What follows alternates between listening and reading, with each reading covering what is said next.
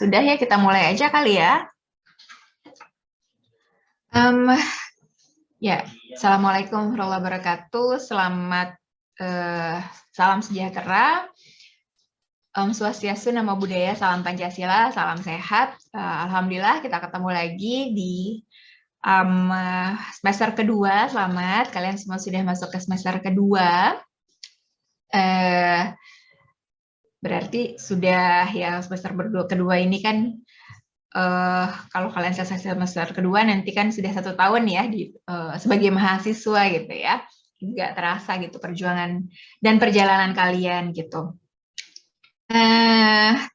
Karena ini adalah kelas yang saya pegang waktu biopsikologi, saya rasa saya tidak perlu perkenalan lagi ya, karena kan sudah tidak asing dengan saya di Zoom gitu.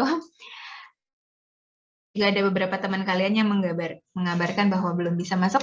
Mungkin sudah ada yang tadi WhatsApp saya masuk, mungkin ini udah ada 2 orang lagi ya.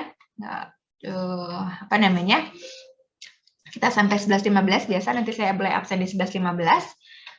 Tapi untuk mempersingkat, menghemat waktu, saya mulai aja dulu sekarang. Oke, yang baru di semester ini adalah untuk kita semua gitu, penggunaan LMS ya. Kita tidak lagi menggunakan Google Classroom, tapi menggunakan Learning Management System-nya Universitas Pancasila. Apakah kalian semua bisa mengakses? Tadi saya sudah memberikan materinya melalui LMS. Kita sama-sama belajar ya, jujur saya juga baru menggunakan LMS ini, baru hari ini. Kemarin memang ada pelatihannya, ya masih penyesuaian ya, masih proses penyesuaian sistemnya juga, karena kok kayaknya ini tidak seperti kemarin pelatihan gitu ya. Pelatihan kemarin bisa masukin kuis, bisa masukin absensi, di mana ini kok kayaknya belum ada gitu ya. Kita sama-sama belajar lah. Gitu. Kalau ada kesulitan, mungkin silahkan bisa menghubungi akademik ya, menghubungi saya atau akademik gitu. Tapi kalau untuk password gitu-gitu mungkin menghubungi Pulahta, Mas Erwan. Kalian lupa password dan segala macam ya biasanya. Karena itu ya, jadi kesulitan masuk ke LMS. Ada komentar dulu sampai situ tentang LMS? Kalian bisa akses semua kah? Saya belum bisa login, Mbak. Belum bisa login karena kenapa, Zulfan? Karena passwordnya salah, Mbak. Lupa password kayaknya. Oke, lupa password. Mungkin nanti coba hubungin Pulahta ya. Ya, baik, Mbak. Oke, nah untuk mengantisipasi mungkin di pertemuan seminggu pertama ini, saya belum lihat kita punya kelas WhatsApp, di WhatsApp ya. Mungkin siapa, Aura atau siapa biasanya admin kelasnya, ubah aja deh daripada nambah grup baru ya, kayaknya kebanyakan grup, saya juga pusing kebanyakan grup. Ubah aja kelas biopsikologinya jadi kelas psikologi kognitif. Mungkin tolong diumumkan. Ini sekarang adalah kelas psikologi kognitif untuk teman-teman yang tidak tidak mengambil psikologi kognitif, mungkin silakan left gitu kan. Yang kemarin mungkin sudah live dari grup masuk lagi, dan yang teman-teman yang adanya di kelas psikologi kognitif minta Aura mungkin tolong taruh linknya di sini nih ya, di chat di Zoom ini gitu aja Aura. Ya, jadi kita nggak terlalu banyak grup gitu ya. Saya juga pusing kebanyakan grup gitu. Jadi itu kecuali mungkin saya ngajar kalian di kelas psikologi kognitif aja ya. Psikologi belajar itu saya kelas A ya. Oke, saya kognitif aja. Seperti itu. Untuk sementara teman-teman yang belum mendapatkan materinya dari LMS, saya akan masukin di chat grupnya itu aja. Itu kali ya. Ada lagi mungkin Hana? Kirain Hana tangan. Saya lagi di situ. Ada lagi? Kalian tahu untuk mengontak password lupa segala macam, tahu? Zulfan? Ke Mas Erwan? Atau ke akademik? Tahu ya ada nomornya? Kalau di angkatan saya sih yang lupa password di ini Mbak, di list Mbak. Oh ya udah. Oke, kalau gitu ya. Untuk sementara gitu ya. Mudah-mudahan setidaknya minggu depan kita sudah bisa masuk LMS semua ya. Nah, terkait dengan LMS ini, jadi tuh saya nggak tahu ini kalian perdana masuk mata kuliah hari ini atau sebelumnya udah tadi? Tadi pagi udah Mbak Caca. Jam 8 udah Mbak. Oh, udah ya jam 8 ya. Mungkin sudah tadi jam 8 sama siapa? Sama Mbak Farida, Mbak Caca. Oh, sama Mbak Farida. Oke, saya nggak tahu psikologi belajar ya? Atau apa? Iya Mbak. Ya, psikologi belajar ya. Oke, saya nggak tahu apakah Mbak Farida mengumumkan atau tidak gitu. Jadi tuh perbedaannya LMS dengan Google Classroom gitu ya adalah ya selain kalau LMS memang punya UP sendiri gitu dan terlink sama Spada ya, sama website perkuliahannya Dikti untuk perguruan tinggi gitu ya. Jadi kita tuh memang dipantau karena perkuliahan online ini mungkin apa ya, saya nggak tahu juga deh apa. Satu memang karena perkuliahan online, dua memang untuk modernisasi gitu, jadinya kita dipantau perkuliahannya ini memang oleh sampai ke Dikti gitu ya, dan keaktifan gitu, terus juga ya bagaimana kita yang dimaksud dengan perkuliahan sebetulnya bukan cuman pada saat kita tatap muka kayak gini nih, bukan cuma pada saat tatap muka di kelas gitu, yang namanya hitungan SKS gitu ya, tapi juga pada saat di luar kelas. Makanya kan ada tugas gitu ya. Nah, dan karena dipantau secara online kayak gini, maka harus ada semacam forum gitu, harus ada semacam chat, ngobrol gitu, diskusi di LMS tersebut gitu. Yang mungkin biasanya kita melakukan chatnya itu di WhatsApp gitu ya. Ini kan sebetulnya kalau kita sudah full menggunakan LMS, mungkin nanti udah nggak ada lagi grup WhatsApp. Semuanya di LMS. Ada pertanyaan apa, ada diskusi apa, semua itu di LMS. Cuman karena ini untuk mengantisipasi, maka tadi saya merasa bahwa udahlah nggak perlu ada grup WhatsApp baru untuk kelas B ini, ubah aja yang biopsikologi gitu, karena memang ini cuman semacam cadangan saja dulu gitu ya, untuk mengantisipasi teman-teman yang belum bisa masuk LMS-nya. Kalau nanti sudah semua, mungkin kita nggak akan terlalu aktif di WhatsApp. Semuanya ditanyakan melalui LMS tersebut gitu ya. Ya WhatsApp cuma cadangan aja kalau LMS-nya bermasalah gitu ya. Dan kalian tuh kayak harus ada tanya jawab, ada diskusi di forumnya. Tapi saya kan ngerasa, males banget ya kalau kita cuma nanya-nanya yang formalitas doang gitu ya. Jadi di setiap perkuliahan saya sih mencoba interaktif gitu ya untuk forumnya. Jadi nanti saya akan semacam memberikan topik diskusi, kalian tuh jadi penilaian tugas individunya di LMS tersebut gitu. Misalnya nih ya, pertemuan pertama, ya yang asik aja gitu ya, maksudnya kayak oke, setelah pengantar psikologi kognitif nih, kalian tahu tentang psikologi kognitif, terus menurut kalian psikologi kognitif tuh kayak gimana sih pakai bahasa kalian, atau bikin quotes tentang psikologi kognitif nih ala-ala kalian kayak gitu-gitu boleh, misalnya kayak gitu ya. Atau menurut kalian psikologi kognitif nih pentingnya nanti buat kehidupan sehari-hari kalian apa sih gitu. Jadi yang seperti itu ya, santai aja gitu untuk forum. Jadi nggak perlu, untuk forum sih nggak perlu yang harus ada sumber gitu ya, enggak, itu bukan ya, bukan kayak gitu ya. Jadi sesantai aja itulah untuk bikin forumnya, tapi memang harus macam aktif lah di forum tersebut gitu. Ada komen sampai sini? Mbak, izin Mbak, Yes, itu sayang. LMS-nya lagi error ya Mbak? Kayaknya hampir semuanya nggak bisa buka Mbak. Oh gitu. Saya sih masuk nih. Saya juga nggak bisa, Mbak. Nggak bisa Saya- ya? Coba kayak servernya lagi down. Cuma dia loading terus, Mbak. Oh gitu. Iya, Ya sini bisa. agak lama nih, baru lama. Oh mungkin ya.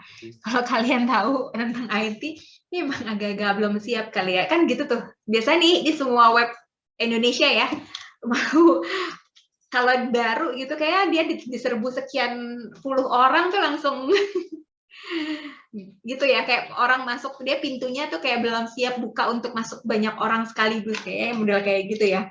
Website pemerintah juga nih, saya lapor SPP aja udah dari berapa hari yang lalu ngaco nih, padahal kan ya pajak itu udah berapa tahun ya online gitu ya. Ya gitu. Ya begitulah, nggak kayak website luar gitu ya, Instagram per sekian detik itu langsung jutaan orang masuk, kayaknya nggak ada masalah kan, nggak pernah, hampir nggak pernah error gitu ya. Gitu ya, semacam itulah. Sepertinya, mohon dimaklumi ya Oke, makanya ini penting ya ada grup chatnya dulu.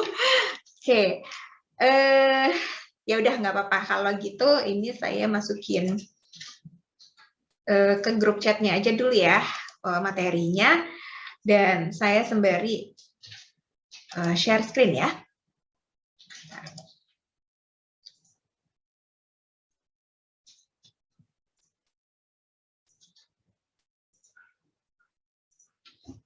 Ini, oh bukan.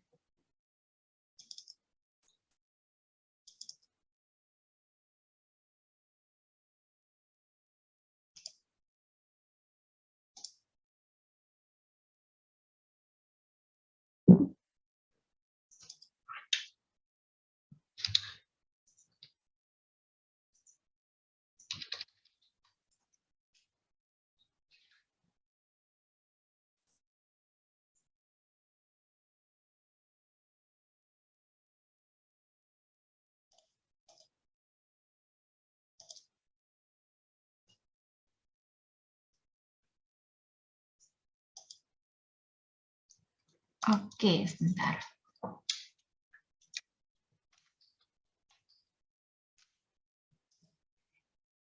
Oke, selamat datang untuk yang baru di grup WhatsApp-nya. Ini saya masukin PPT-nya di sini dulu ya. Oke, kita mulai absen aja ya.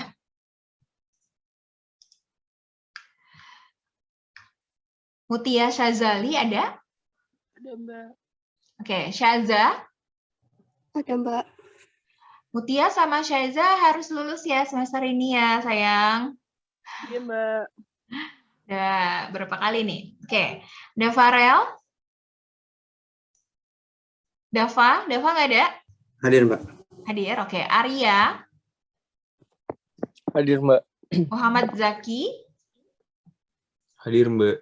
Nabila. Hadir Mbak. Zulfan. Hadir, Mbak. Yuda. Hadir, Mbak. Muhammad Aunus Salam. Muhammad Aunus Salam. Belum hadir?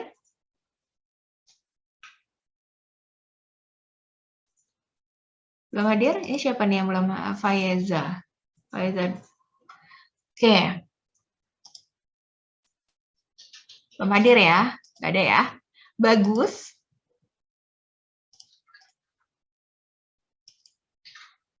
Bagus nggak ada? Nggak ada ya? Ametis. Ametis ada? Ada? Oke. Inesa. Hadir, Mbak. Syarifah. Hadir Mbak. Muhammad Dimas. Hadir, Mbak. Aurelia. Hadir Mbak. Syifa. Hadir Mbak. Yeisa. Hadir, Mbak. Faridah. Hadir Mbak. Azikra. Hadir Mbak. Safitri. Hadir Mbak. Hana. Hadir Mbak. Sabrina. Angela. Hadir, Mbak. Elna, Hadir, Mbak. Aura, Hadir, Mbak. Sani, Hadir, Mbak. Hayu, Hadir, Mbak.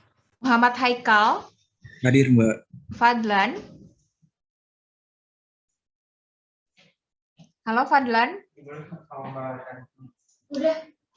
Fadlan nggak ada? Belum join, Mbak. Oke.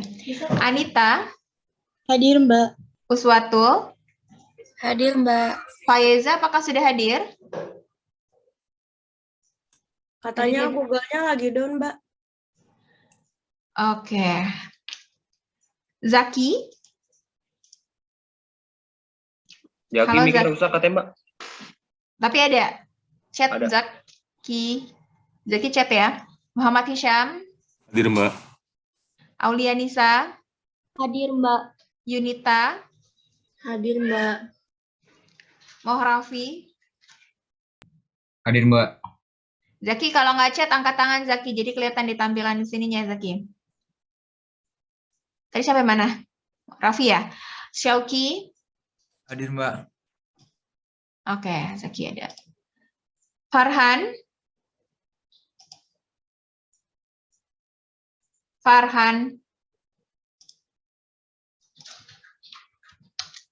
Oke, saya Farhan nggak ada. Putri Ajeng, Hadir, Mbak. Radifani, Hadir, Mbak. Saprila, Hadir, Mbak. Wardah, Hadir, Mbak. Razwa. Mbak Razwa izin, Mbak. Izin kemana? Dia kakeknya meninggal, Mbak. Oh, oke, ilahi. Oke. Sudah ya, sudah semua ya. Farhan belum hadir, Faiza, Fadlan, Bagus, Muhammad Aunusalam. Oke, nggak ada ya? Saya simpan ya.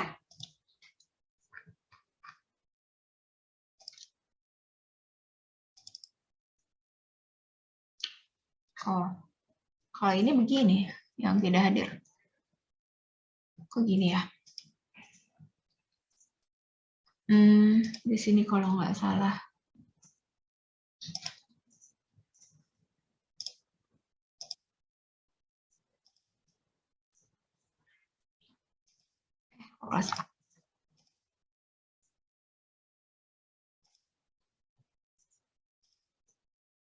Ya, oke.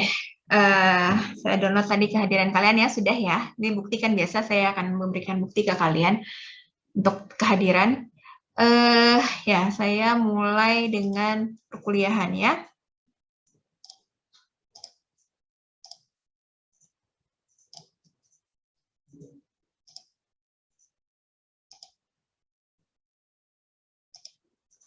Oke, ini materi pengantar psikologi kognitif. Untuk tahun 2022 ini saya ngajar sendiri untuk psikologi kognitif 2 kelas. Ini akan dibicarakan, yang pertama adalah peraturan dan RPS, yang kedua tujuan dan manfaatnya untuk belajar psikologi kognitif, yang ketiga definisi, yang keempat ada beberapa materi tentang psikologi kognitif, termasuk juga biar senang sama psikologi kognitif ada beberapa games ya tentang psikologi kognitif. Oke, kita mulai dengan materi yang pertama, peraturan dan RPS. Karena kalian sudah kenal sama saya, peraturannya tidak berbeda ya, tidak terlalu berbeda dengan peraturan semester lalu di kelas biopsikologi. Seperti biasa ya, ini masuk kelasnya saya biasanya tungguin sampai 15 menit, baru saya absen. Tapi ketika sudah 15-30 menit baru masuk, kalian boleh hadir tapi sudah tidak bisa saya absen lagi, 30 menit ke atas tidak bisa masuk lagi. Meminta izin sebelum keluar Zoom ya, bisa kalian chat dulu gitu kalau misalkan kalian mau pipis atau dipanggil mamah atau segala macamnya. Jadi kalau tiba-tiba saya panggil gitu, orangnya oh iya tadi lagi keluar memang kayak gitu. Walaupun kalian silahkan kalau mau on cam, saya senang sekali, tapi kalau memang tidak bisa on cam nggak apa-apa kayak gitu. Karena juga memang kalau lebih banyak orang yang on cam akan lebih berat ya Zoom-nya ya, sinyalnya untuk teman-teman yang mungkin lagi di susah sinyal kayak gitu-gitu. Dan pastinya pulsanya lebih banyak terkuras kalau banyak yang on cam gitu ya. Jadi saya paham sih kalau kalian tidak harus on cam semua gitu. Terus tolong nonaktifkan tombol suara, raise hand terlebih dahulu kalau mau berbicara. Terus juga mungkin saya ini kali ya, nanti saya akan coba berkoordinasi juga dengan Pulahta ya. Semoga sih kita sejauh yang saya tahu sih kalau di perkuliahan alhamdulillah ya Zoom kita aman gitu, jadi nggak ada Zoom booming gitu ya, nggak ada tiba-tiba orang dari luar masuk. Tapi di luar UP saya pernah tuh hadir dalam suatu Zoom, tiba-tiba ada orang asing yang masuk dan itu sangat mengganggu gitu ya, kayak gitu. Jadi ya mungkin untuk keamanan kita bersama tidak membagikan link ya ke orang di luar kelas kita gitu. Nah, terus berpartisipasi aktif termasuk juga bukan hanya di kelas ini tapi di LMS kalau nanti sudah bisa menggunakan LMS semuanya. Tidak menggunakan peralatan apapun yang merugikan kalian pada saat yang akan mengganggu kalian kuliah gitu ya. Terus juga yang paling penting adalah tidak melakukan perbuatan curang dalam bentuk apapun ya. Ini mutlak. Kalau kemarin kelas psikologi perkembangan kelas saya tuh semester kemarin itu banyak banget yang nggak lulus gara-gara ujiannya saya cek di Turnitin dan itu ketahuan plagiarismenya tinggi. Terus saya tidak berikan nilai. Akhirnya banyak yang nggak lulus. Padahal sebelumnya sudah saya berikan peringatan gitu ya. Jadi tolong gitu. Ya saya berusaha mendidik kalian sedini mungkin untuk berlaku integritas, berlaku jujur di dunia akademisi gitu ya. Jadi Mbak Cece tuh meriksa loh gitu ya. Mbak Cece tuh bukan yang tugas pasti nggak diperiksa kayak gitu atau ujian nggak diperiksa lah, enggak. Mbak Cece meriksa gitu, dan kalau ketahuan berlaku curang itu ya hukumannya mutlak gitu ya, tidak lulus gitu. Ya lebih tepatnya sih nilai itu akan 0 dan biasanya kalau nilainya 0 kemungkinan sangat besar tidak lulus gitu. Oke. Ya, ini tadi ujian kuis dan tugas ya. Syarat kelulusan tadi presensi menghadiri daftar hadir kalian udah tahu ya, minimal 75%. Terus minimal nilainya 56 atau C ya. Ini juga free rider. Kalian ada yang tahu istilah free rider? Free rider tuh biasanya kalau tugas kelompok dia cuma nebeng nama, tapi dia nggak melakukan tugas apapun. Gitu. Nah, itu kalian boleh loh ngomong langsung sama saya, atau biasanya tugasnya itu saya suka, oke, dia tuh ngapain gitu, dia yang mana, dia bikin apa, kayak gitu. Masing-masing anak tuh ya jelas gitu. Atau kalau saya ini saya tembak aja gitu, maksudnya kamu coba yang ini ngomong kayak gitu, kan ketahuan ya. Nanti kalau emang dia beneran bikin sama dia cuman nebeng nama, ya gitu, itu juga termasuk tindakan curang, ya gitu. Oke, ada pertanyaan? Oh, ini juga berdasarkan pengalaman yang kemarin ya, mohon sekali kalian kalau menanyakan sesuatu jangan dilewat waktunya. Oke, Raffi, silakan. Kenapa? Mbak, maaf, PPT-nya nggak jalan, Mbak. Hah, PPT-nya nggak jalan? Iya. Ya udah deh, nggak usah pakai. Ya, gimana dong, padahal.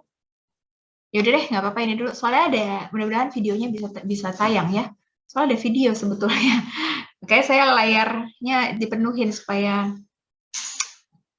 Oke. Ya.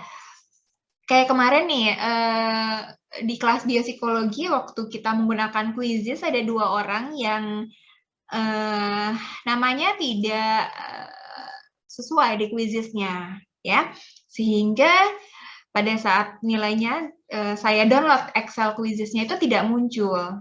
Ya saya hanya download dari Excel ya waktu itu, saya nggak ngecek dari laman quizzesnya langsung. Karena namanya tidak muncul, nilainya 0. Gitu, tapi begitu dicek di websitenya, oh dia menggunakan nama yang berbeda gitu, ada buktinya, oke, saya masih bisa ubah nilai.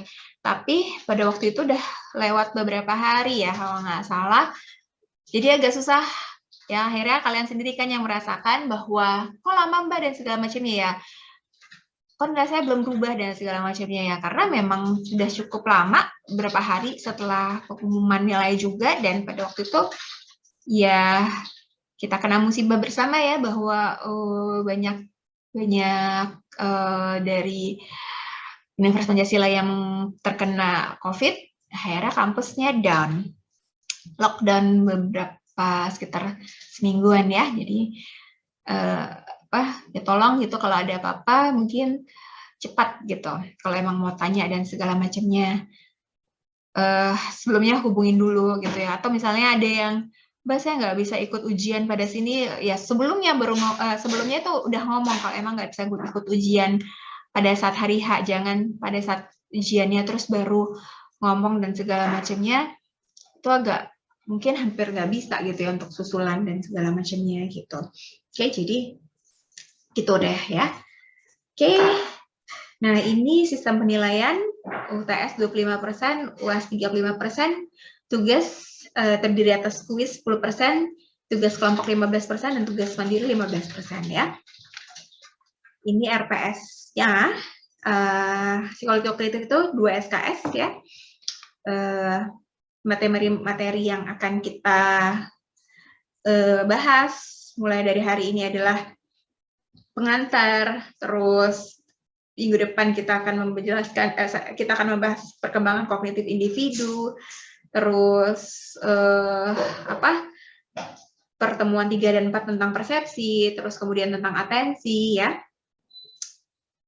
terus tentang memori, perkembangan bahasa, problem solving, decision making, penalaran, ya, gangguan kognitif, gitu. Isu-isu terkini tentang psikologi kognitif itu akan jadi topik kita. Dan memang psikologi kognitif ini ada beberapa praktikum. Jadi sama seperti biopsikologi, mungkin nanti ada perwakilan kelas yang datang untuk praktikum, gitu. Atau ya mudah-mudahan gitu ya, ada kebijakan yang kini tengah berubah, kita bisa full masuk gitu ya, mengingat semakin boleh misalnya masuk gitu ya, ya mungkin kalau lebih banyak orang yang masuk tuh mungkin saya sih lebih senang ya untuk kalau lebih banyak yang nyoba gitu. Karena kalau biopsikologi kan kemarin praktikumnya hanya diorama aja ya, hanya otak itu hanya kalian cuma lihat gitu kan. Tapi kalau psikologi kognitif itu banyak eksperimennya, jadi kalian enaknya tuh kalian coba sendiri alat-alatnya gitu. Ya, jadi kalau semakin banyak yang bisa ikutan lebih ini ya, lebih enak lah gitu. Kita atur, nanti kita akan bicarakan dilanjut ya, gitu. Nah ini beberapa bukunya, ada psikologi kognitif, ini sudah diterjemahkan ya, ini sudah diterjemahkan dari Pustaka Belajar gitu. Terus juga ada, saya belum nemu e-booknya ya, kalau nanti saya sudah nemu e-booknya saya akan taruh di LMS.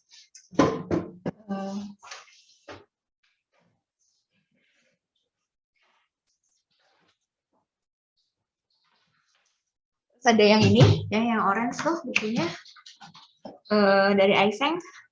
Nah ini belum diterjemahkan ya, ini belum diterjemahkan. Terus biasanya tuh yang warna biru tuh Robert Rigler, Solso, yang Solso tuh, yang warna biru yang ada gambar ikannya tuh, itu yang paling banyak digunakan anak-anak psikologi kognitif.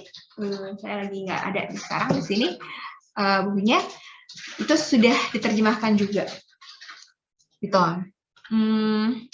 Terus kalau yang kayak gini, ini dari Erlangga ya, ini menurut saya ini kalau kalian pengen tahu psikologi kognitif baru awam banget gitu mungkin boleh, tapi kalau untuk jadi sumber belajar kayaknya kurang ya. Ini kayak Ini sama juga nih kayak gini nih, for dummies juga gitu kan. Kalau aku kenalan doang sih ya boleh lah gitu ya.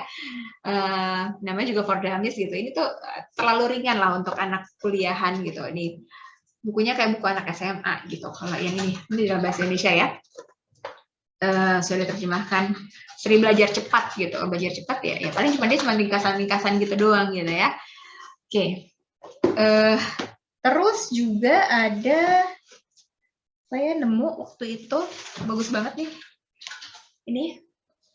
Ini kayak banyak gamesnya. Ini nanti main games itu dari buku ini ya. Di 2 tahun yang lalu saya sempat sih main games dari sini. Tahun lalu kenapa ya enggak? Gitu. Pertama kali kita belajar online nih saya bikin games dari sini ya. Gitu. Jadi ada banyak kayak games-gamesnya gitu di sini tentang memori, tentang persepsi kayak gitu ya. Jadi ini sih bukan buku materi ajar, tapi ini untuk buku pendamping untuk lebih belajar kognitif lebih menyenangkan lah. Kayak gitu. Ada pertanyaan? Lanjut ya. Oke, berikutnya adalah tujuan dan manfaat. Oke. Psikologi kognitif ini adalah salah satu materi dasar untuk di psikologi ya. Jadi salah satu materi dasar dan wajib untuk semua mahasiswa psikologi dimanapun berada gitu. Karena kognitif adalah salah satu aliran besar dari psikologi.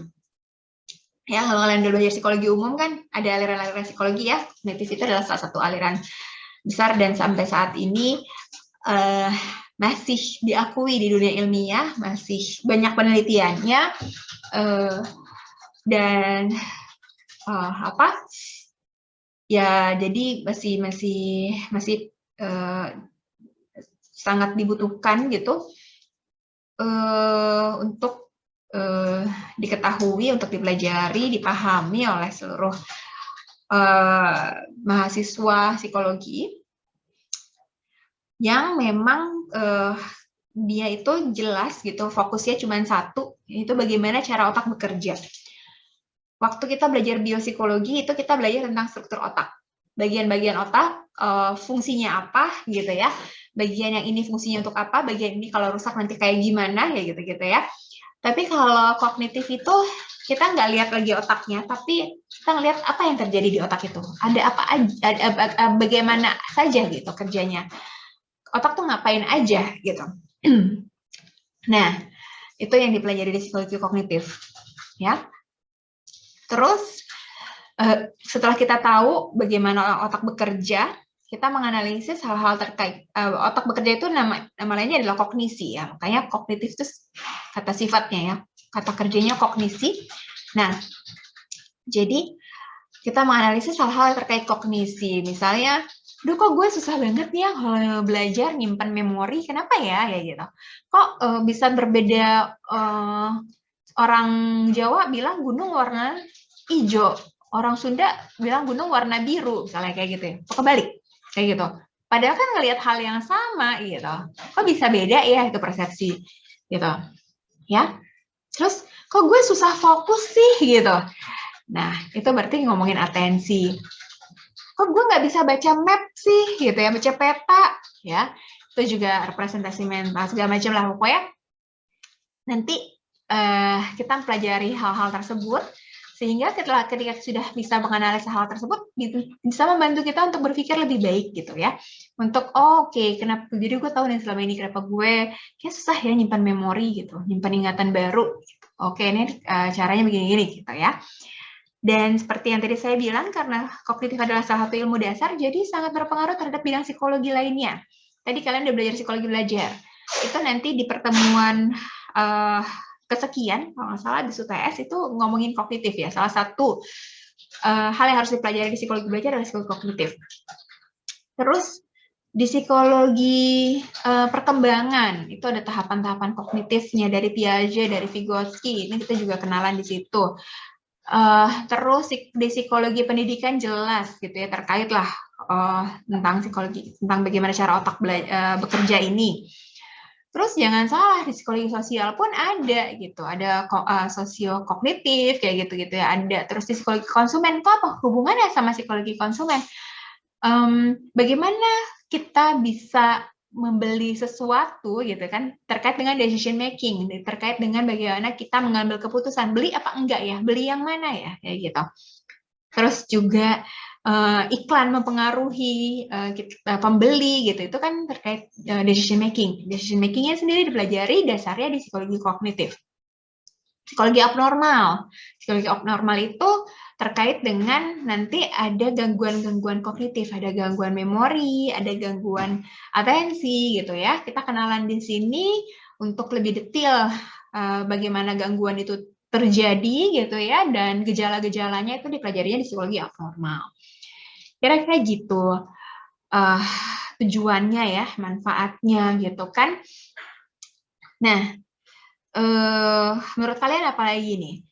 Memang untuk skripsi agak jarang ya yang ngambil psikologi kognitif. Waktu itu saya pernah ya tentang decision making biasanya. Yang paling sering tuh kalaupun dari psikologi kognitif tentang decision making atau tentang short term memory biasanya tuh pada anak sekolah gitu ya. Terkait waktu itu ada senior kamu yang permainan tradisional itu mempengaruhi working memory gitu ya, short term memory kayak gitu-gitu. Situ ya, paling kalau nanti jadi skripsi.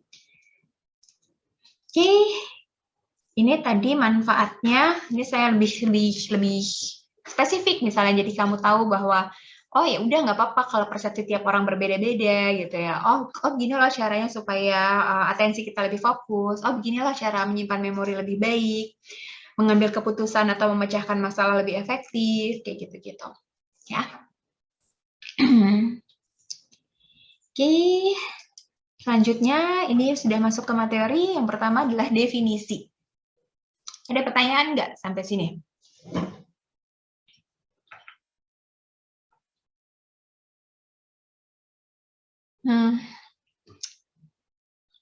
Kognitif itu berasal dari kata cogito, bahasa Latin yang artinya aku berpikir.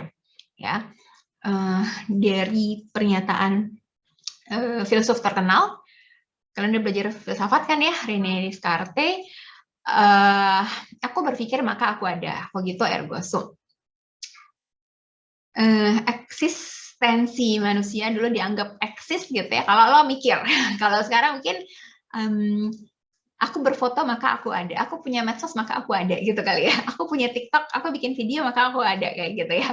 Kalau zaman dulu ya aku berpikir maka aku ada gitu, eksistensinya karena berpikir ini gitu ya. Nah, kira-kira kalau sekilas kayak gini ada yang bisa ini nggak? Jadi kognitif itu apa sih maksudnya? Dari yang tadi saya jelasin sedikit tuh ada yang mungkin bisa ngambil kesimpulan nggak?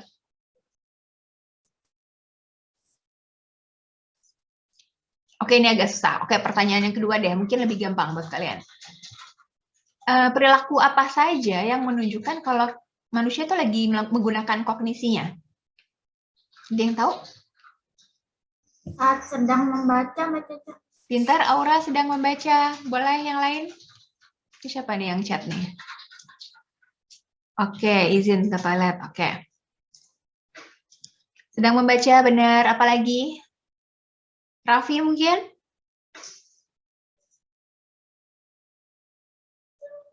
Apa Raffi? Sedang menyusun sesuatu. Menyusun sesuatu tuh maksudnya apa? Menyusun Kayak apa? merakit gitu, Mbak. Merakit, boleh. Saprila?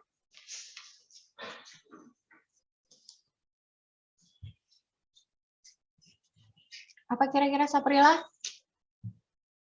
Tadi yang ke toilet siapa? Safitri kan? Oke. Mana Saprilanya? Inesa? Mbak. Saprila, yes? Mungkin kayak kalau lagi ini nggak sih Mbak, belajar juga Mbak. Yes, pintar lagi belajar. Terus lagi Syaza, mungkin Syaza?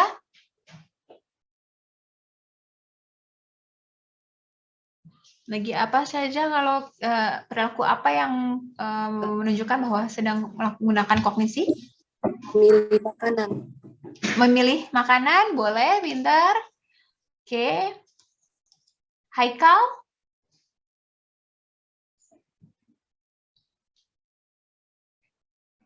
Contoh lain? Mana Haikal?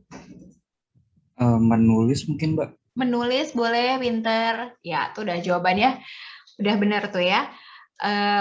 Oke, apa aja? Nih, misalnya kita lagi ngomong nih, berbicara, berbahasa, itu termasuk ya, kita menggunakan kognisi. Sedang membaca, sedang menulis, iya. Membaca itu kan menampung memori, memasukkan memori ya, salah satunya. Menulis itu mengambil memorinya lagi, gitu ya. Itu juga. Sedang melihat pun itu sebetulnya kita kognisinya sedang bekerja, gitu. Karena melihat itu juga tadi memasukkan memori, ya. Sedang tadi memilih makanan, memilih pakaian, ya, memilih mau lewat jalan mana, gitu ya. Terus tadi belajar, jelas ya, belajar itu banyak banget kognisinya, karena tadi berpikir ya. Pokoknya pekerjaan-pekerjaan yang menurut kamu ini menggunakan pikiran nih, sedang berpikir nih. Bahkan melamun, menghayal, ya, itu juga sedang melakukan kognisi, gitu ya. Terus misalnya tadi siapa tadi yang bilang menyusun, merakit gitu ya. Itu siapa yang bilang? Raffi ya. Nah, ya benar gitu ya, menyusun puzzle gitu ya, misalnya ya, merakit benda, seniman melukis, itu tuh representasi mental. Seniman pemusik membuat lagu, pematung memahat, itu juga termasuk gitu ya. Nah, terus apa saja profesi yang lebih banyak memerlukan kognisi dibandingkan otot? Yuk, siapa yang bisa jawab? Saya nggak sebut nih. Tadi kan Dosen, Mbak. Dosen ya, oke, pinter Haikal. Dosen, kalian mahasiswa, ya, gitu. Terus apa lagi? Dokter, pemimpin ya, pemimpin mulai dari lurah sampai presiden gitu kan, itu kan dia harus decision making, dia harus problem solving gitu. Bahkan tadi seniman-seniman itu gitu ya, itu lebih banyak menggunakan kognisinya gitu. Hakim, jaksa gitu ya, dia harus mengambil keputusan gitu. Nah, itu juga pengacara gitu kan. Pokoknya orang-orang di bidang hukum, orang-orang bahkan mungkin misalnya akuntan gitu ya, kayak gitu-gitu tuh juga banyak yang lebih banyak menggunakan kognisi. Ya, penulis ya, termasuk deh tuh gitu. Oke, paham ya sampai sini ya? Oke, nah berikutnya, jadi tadi kalau cogito itu berpikir, maka kognisi itu pikiran, yang bahasa Inggrisnya mind gitu ya. Jadi gampangnya sih kognitif itu adalah ilmu yang pelajari pikiran, ilmu yang pelajari bagaimana cara otak bekerja. Nah, susahnya adalah ketika kita mempelajari pikiran, ada yang pernah ngelihat bentuknya pikiran kayak gimana nggak sih? Apa benernya kayak di komik ini? Kayak gambar komik nih, kayak balon-balon begini nih. Terus ada bulatan-bulatan gitu. Emang ada yang pernah ngelihat bentuknya pikiran kayak gimana? Ada yang tahu ukurannya apa? Apa diukur dengan berat? Apa diukur dengan panjang? Nggak ada yang tahu. Kalau otak jelas kan, bentuknya kayak gitu, bisa diukur dengan masanya, berapa gram, kayak gitu kan. Tapi kan kalau pikiran enggak. Kita nggak tahu. Gitu. Ya. Jadi, memang sampai saat ini tantangannya mempelajari psikologi kognitif adalah kita nggak pernah tahu sejauh ini bagaimana bentuk apa yang kita pelajari itu, bentuk pikiran. Kita tahu itu ada, tapi kita nggak tahu bentuknya kayak gimana, kita nggak tahu dia diukur dengan apa, kayak gitu. Ya, itu nggak bisa kelihatan. Nah, jadi kita hanya mempelajari apa ya, akibatnya, bukan akibatnya, ketika itu sedang prosesnya ya, prosesnya, tapi bendanya sendiri, mind itu kita nggak tahu nih bentuknya kayak gimana, gitu. Tapi prosesnya, oh ya, Mbak Cece tuh lagi ngomong, Mbak Cece tuh lagi menjelaskan, berarti mind-nya lagi bekerja, udah kita bisa pelajari itu, gitu. Ya. Nah, ini ada beberapa definisi psikologi kognitif dari beberapa ahli, ya. Cognitive psychology is the study of how people perceive, learn, remember, and think about information. Kata Steinberg ya. Jadi psikologi kognitif itu adalah ilmu yang pelajari bagaimana manusia mulai mempersepsikan sesuatu, mempelajari sesuatu, mengingat ya, dan berpikir tentang suatu informasi. So, kalau kata Brown, cognitive psychology deals with topics such as perception, memory, attention, language, and thinking or decision making. Jadi, psikologi kognitif itu adalah ilmu yang mempelajari topik seperti persepsi, memori, atensi itu fokus ya, perhatian, language, bahasa, berpikir, dan atau memutuskan mengambil keputusan. Nah, sama lanjutan dari Brown, cognitive psychology assumes we are just like computers and that we process information using input, storage, and retrieval process. Jadi memang pada awal-awalnya kognitif psikologi itu berdiri gitu, sampai sekarang pun gitu masih gitu ya, ada anggapan bahwa psikologi kognitif itu mirip dengan menyatakan bahwa sistem berpikir kita mirip dengan sistem berpikirnya komputer. Jadi informasi itu masuk, terus disimpan gitu kan, dan terus kita ambil lagi informasinya. Kan kalau pakai laptop, pakai komputer, atau kamu pakai handphone sekarang gitu ya, itu pas input datanya misalnya kamu masukin kontak baru nih gitu ya, ini ada kontak baru gitu, masukin gitu kan, itu kan input. Atau kamu capture foto gitu ya, atau kamu lagi ngevideoin terus kamu rekam, itu kan input ya, itu masukin datanya. Terus kan kamu save ya, save itu berarti storage-nya. Kamu sebelum sampai kalau kamu nggak klik save kan nggak ke save juga gitu kan ya. Nah, kamu save gitu kan. Kalau foto sih otomatis ya, tapi kalau kayak video kan kalau nggak diselesaikan itu dia cuma input doang kan. Kamu itu kan baru selesai ke save kan, gitu. Nah, sama nih kamu ngetik nih, saya bikin PPT nih. Kalau nggak saya baru saya ngetik gitu, ya baru input doang. Ke save kalau ya apakah kamu mau save gitu kan, baru saya pencet save, tuh save-nya di folder apa, nih baru tuh storage-nya. Gitu kan. Terus retrieval, nih saya lagi retrieve nih. Materi yang sudah saya buat, saya simpan, sekarang saya ambil lagi, saya keluarkan lagi, saya lihatin ke kalian, kayak gitu. Itu kan kalau komputer gitu ya. Kalau kamu lagi nunjukin foto nih, itu berarti kan retrieve. Ya, kamu lagi buka phonebook nyari nomor tanya siapa, itu retrieve gitu. Itu kan kalau komputer kayak gitu. Tapi kalau di manusia kayak gimana? Nah, di manusia nanti kita akan belajar lebih lanjut pada saat kita ngomongin memori. Mungkin kalian di sini udah belum belajar ya. Kalian mendengar saya ngomong, kalian melihat materi yang saya taruh ini di sini di screen, itu adalah proses input, masuknya informasi tersebut. Terus proses input dengan storage-nya itu beda tipis ya, gitu. Cuman beda berapa detik, jadi kayak otomatis tuh input itu kayak semacam otomatis storage gitu, walaupun nggak juga sih sebetulnya, nanti belajar lebih lanjut ya. Kalau kalian ingat tadi apa saja gitu materinya, kalian ingat saya misalkan pakai kerudung warna apa, baju warna apa gitu, kalian ingat saya ngomong apa aja gitu. Nah itu berarti itu storage sudah tersedia, storage sudah terjadi penyimpanannya. Terus pada saat kalian ambil lagi informasinya nanti malam, apa yang coba deh tadi pagi Mbak Cica ngomong apa ya gitu. Atau pada saat ujian biasanya gitu kan, pada saat kuis kalian ada pertanyaan, jelaskan definisi psikologi kognitif dari Brown gitu. Sekalian tulis ulang tuh. Nah, itu berarti retrieve. Gitu. Ya. Oke. So bilang ya psikologi kognitif adalah ilmu mengenai pemrosesan informasi. Ya, lebih disimpelin lagi tuh dari omongannya Brown yang bilang cognitive psychology itu menyatakan bahwa kita mirip komputer gitu.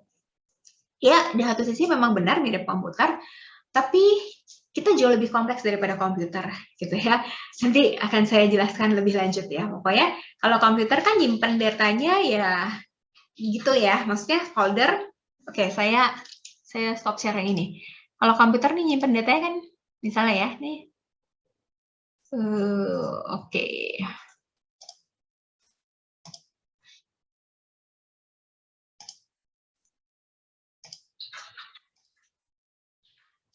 Oke, kelihatan nggak di layar kalian ya? Kelihatan ya, ini folder ya. Ini penyimpanan data di komputer ya. Kayak gimana? Ini misalnya ada 3 folder utamanya ya, 3 paling data C, D sama G ya, gitu ya. Oke, kita mau buka yang G. Yang G ada apa aja nih foldernya? Misalnya, terus mata kuliah ada mata kuliah apa aja gitu ya, kognitif gitu ya. Nah, kayak gitu. Jadi folder, oke. Kalau saya boleh gambar di whiteboard-nya, penyimpanannya, sorry ya garisnya nggak lurus ya, penyimpanannya komputer itu, ini ada folder-folder besar,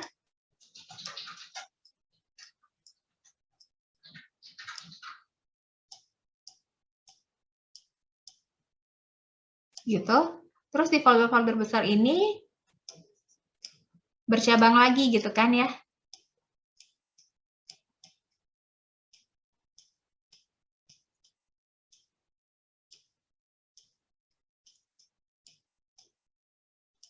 Nah, terus ini bercabang lagi.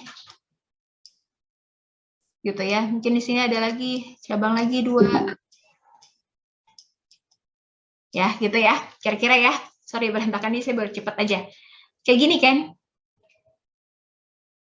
Kalau penyimpanan kita kayak gini nggak? Enggak. Penyimpanan kita, kalian tahu ada yang namanya mind map? Pernah dengar mind map? Ya, nggak begini nih, bukan nggak rapi sih, saya nggak bisa bilang, bukan berarti kita nggak rapi ya. Tapi kalau ini kan, misalnya ya, ini saya naruh psikologi kognitif di, sorry, kursor saya kelihatan ya, di sini ya, misalnya ya, ini yang A nih misalnya. Terus tadi saya bilang psikologi belajar itu di sini misalnya ya, di sini, sorry, di sini deh. Nih materi, ini kan misalkan psikologi kognitif nomor 1. Ini psikologi, biopsikologi misalnya, ini nomor 3 biopsikologi kognitif gitu. Nah, materi di psikologi kognitif itu misalkan ada ngomongin Piaget. Di psikologi belajar juga ada nih ngomongin Piaget. Misalnya di sini di 3B. Nyambung nggak? 1A sama si 3B-nya. Kalau di memori komputer. Nggak nyambung. Ya, nggak ada kaitannya dia ke sini kan. Tapi kalau kalian nanti habis belajar psikologi belajar, terus kalian belajar juga psikologi kognitif, kalian bisa, oh yang ini tuh terkaitnya sama yang ini, itu begini, itu bisa nyambung kan? Gitu. Karena kalau ini saya hapus ya, ada yang mau screenshot? Nggak usah ya, kalian udah paham ya? Oke. Karena kalau sistem memorinya, storage-nya otak kita kayak jejaring gini. Kalian mungkin pernah tahu ya mind map ya, kayak gini. Kayak gini ya. Nah, ini nih si B di sini ya, misalnya. Terus ini tadi si A. Yang tadi ya. Ini tadi nomor 1, ini nomor 3 lah. Tadi kan saya bilang nomor 3 ya, nomor 2 di sini. Nah, ini ternyata bisa terkait begini. Makanya jadi nyambung. Karena penyimpanan kita kayak gitu. Ya. Jadi lebih kompleks. Ya. Lebih gampangnya lagi mungkin saya kasih contoh yang lebih dekat sama kalian. Kalian baru putus nih gitu ya. Sorry ya, ini nggak nyindir kan ya? Nggak tiba-tiba jadi, oh baca aja gitu ya, enggak ya. sebelum putus kalian pernah nonton bioskop bareng pacar kalian itu di misalnya di mana? Di Kokas misalnya kayak gitu ya. Terus begitu kalian lewat Kokas lagi tuh kayak ada, duh jadi keinget. Padahal kan harusnya nggak nyambung ya, nggak ada kaitannya antara si bioskop itu, gitu kan, sama si peristiwa kalian nonton gitu. Tapi tuh kayak bisa jadi nyambung. Nah, karena memang memorinya terkait gitu. Yang tadi nggak kayak memori komputer yang tadi terpisah-pisah. Gitu, itu kayaknya lebih gampang memahaminya ya.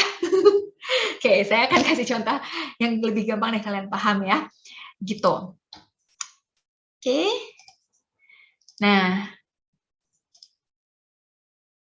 lanjut.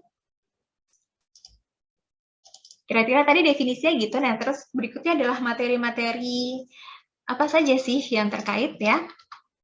Nah, tadi hari ini kita akan belajar kita belajar tentang definisi gitu ya, sejarah dan metode penelitian psikologi kognitif.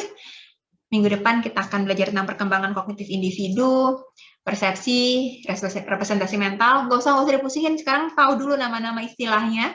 Satu persatu akan dibahas kok di tiap pertemuan. Gitu ya, sampai di isu terkini tentang psikologi kognitif. Oke, ya Sabrila. Nah, ya gampangnya memang secara garis besar ini ya yang dipelajari ya, termasuk juga human intelligence, tapi walaupun human intelligence mungkin akan lebih banyak dipelajari di kita, ya saya mempelajarinya ya kita kenalan aja di sini, tapi mungkin juga akan belajar di abnormal ya terkait dengan mungkin abnormalitas terkait intelijensi gitu ya. Oke. Ini ilmu-ilmu yang terkait dengan cognitive psychology, ada human experimental psychology. Memang kebanyakan materi metode penelitian psikologi kognitif itu eksperimen ya. Terus juga tentang computer analog information. Jadi memang tentang ya tadi karena kita dianggap mirip, sistem pemikiran kita mirip dengan komputer, dan cognitive neuroscience ya. Karena tadi kognitif itu ngomongin bagaimana cara otak bekerja, maka akan sangat terlibat dengan neuroscience itu sendiri, yaitu otaknya itu sendiri bagaimana, strukturnya kayak gimana, gitu. Ya. Nah, terus kalau terkait dengan human experimental psychology itu, kita pas eksperimen, makanya nanti termasuk pada saat nanti kita eksperimen atau kita praktikum nanti di kelas gitu, kalau mau ngomongin tentang memori, tentang attention, problem solving, yaitu memang membahasnya di human experimental ya. Misalnya yang gampang ini deh, problem solving, eksperimennya tuh main puzzle atau main kubik gitu. Ya. Seberapa cepat sih dia bisa menyelesaikan si kubiknya atau nyusun puzzle-nya, ya gitu-gitu. Terus dia langkahnya kayak gimana, gitu. Oke. Terus kalau di computer analogy information itu, kalau kita ngomongin artificial intelligence, kita ngomongin computer simulation, gitu ya. Itu di situ cognitive neuroscience. Kalau ya awalnya sih memang kalau misalnya ngomongin tentang akibat kerusakan otak di area tertentu tuh efeknya ke kognisi kayak gimana. Tapi kalau sekarang penelitiannya bukan cuma tentang kerusakan otak, tapi udah secara langsung ya kita misalnya ya ini memang terkait banget sama neuroscience ya. Yang pernah saya tahu itu misalnya kayak waktu dibahas di psikologi juga ada ya, gimana orang main catur itu kan decision making-nya. Kalau kita ngelihat dari sisi decision making-nya, itu berarti kognitif. Tapi kalau kita ngelihat gelombang-gelombang otaknya yang bekerja, itu berarti kita lihatnya bahasa dari neuroscience. Kayak gitu. Ya. Jadi, sebetulnya sangat terkait, jadi kita cuma bahas dari sudut pandang yang mana. Gitu. Ya. Oke. Nah, ini yang tadi saya bilang, masuk ke informasi tadi, ya, mulai dari sensory input. Sensory itu berarti masuknya semua sinyal dari indera-indera kita, dari penglihatan, dari pendengaran, dari penciuman, laba, rasa gitu ya. Terus kemudian diproses di sensori, kita merasakan sensasi. Nanti ini bahasnya di persepsi ya, lebih lanjutnya ya. Terus akhirnya karena sensasi tersebut memaknainya seperti apa, itu berarti di persepsi. Terus baru penyimpanan. Ada 3 penyimpanan, sensory memory, short term memory, dan long term memory. Nah, Di tengah-tengahnya antara proses sensori itu masuk ke penyimpanan ada fokus, ada atensi. Ya, ini pusing memang, tapi kita akan bahas lebih detail di pertemuan-pertemuan berikutnya. Dan saya informasikan gitu, biasanya yang ada skema-skema kayak gini itu perlu banget diingat gitu ya. Sering banget keluar. Entah disuruh gambarin skemanya, entah disuruh menjelaskan skema tersebut, kayak gitu-gitu. Nah, output dari penyimpanan itu ya, kalian bisa menyelesaikan masalah, kalian bisa berbahasa, kan kalian misalnya belajar bahasa Inggris, grammarnya apa ya, kan itu tuh dari mana? Kalian punya ingatan sebelumnya kan? Kayak gitu, bahasa Inggrisnya, atau bahasa kalian lagi belajar apa biasanya?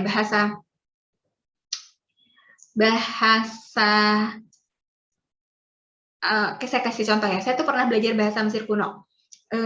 Terus pada saat kemarin saya nonton Death on the Nile, itu kan ada dia ke situs